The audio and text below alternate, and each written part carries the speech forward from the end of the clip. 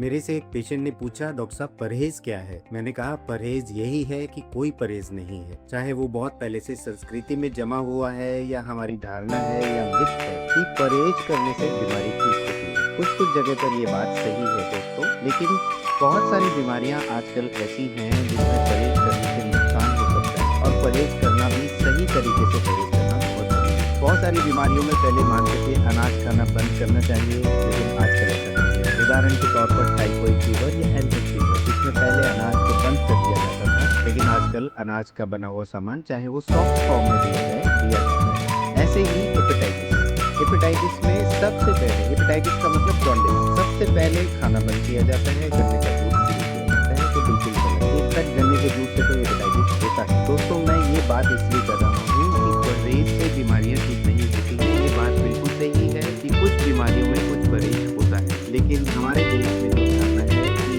अनाज की चीजें बंद कर देना, फ्रूट और जूस पर बहुत ज्यादा ध्यान देना और हेपेटाइटिस में गन्ने का जूस है, ये गलत है दोस्तों। जब भी कोई बीमारी होती है तो ज़्यादातर बीमारियों में ज़्यादा कैलोरीज की जरूरत होती है और ज़्यादा कैलोरीज के लिए अनाज की बनी हुई चीज़ें बहुत इंपॉर्टेंट है। हाँ, कितनी मात्रा में देना है, किस फॉर्म में देना है, डॉक्टर से जरूर पूछ लें, लेकिन जहाँ जरूरत नहीं है वहाँ परहेज ना करें। एटलीस्ट उन चीज़ों का ना करें जिन चीज़ों की बॉडी को जरूरत है। रही बात फ्रूट्स और जूस की, फ्रूट और जूस बहुत इंपॉर्टेंट होते हैं, इनके अंदर एंटीऑक्सीडेंट्स होते हैं, विटामिन होते हैं और फाइबर, इसके अलावा शुगर और पानी।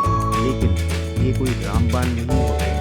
बीमारी के अंदर इनकी मात्रा बढ़ाने से और अनाज की चीजें कम करने से या डाइट कम करने से कोई समस्या नहीं होगा। इसलिए आप इन मिथ से बचें और डॉक्टर से पूछ लें अगर कोई तब्दीली है। कहने का मतलब लास्ट में यही है कि परहेज लॉजिकल होना चाहिए और जुडिशियस होना चाहिए। जिस बीमारी में किसी चीज का परहेज है वो ही होना चाहिए, उससे ज्यादा नहीं। Thank you.